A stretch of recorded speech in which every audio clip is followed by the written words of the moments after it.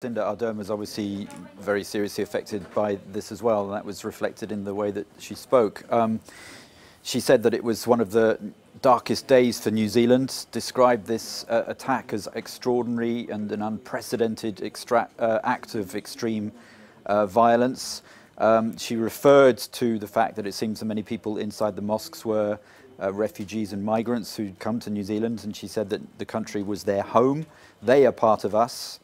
She said, unlike those who carried out these attacks, and she urged people to show compassion.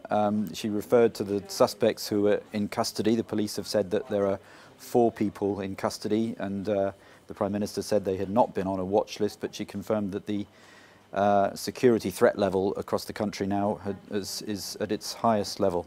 And as David said there, David Gillick reporting from Christchurch, details are in fact emerging on the identity in fact of these people.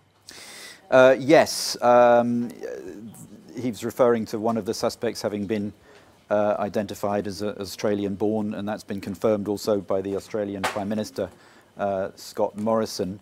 And yes, there are these reports that there'd been a manifesto published online referring to with plenty of anti-Islam material. I think we can obviously watch for more to come out in the coming hours on that. The police were a little coy earlier about those sort of details.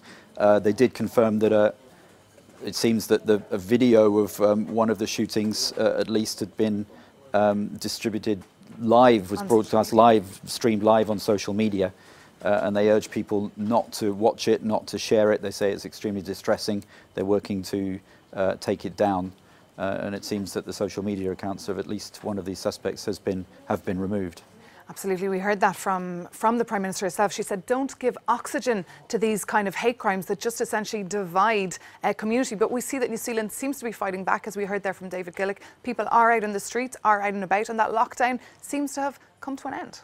Yes, and as he was saying, and others have said, this will bring people together, and the country is normally extremely peaceful. But yes, it happened on Friday afternoon. First of all, at the mosque, obviously, they would have been full of people for Friday prayers.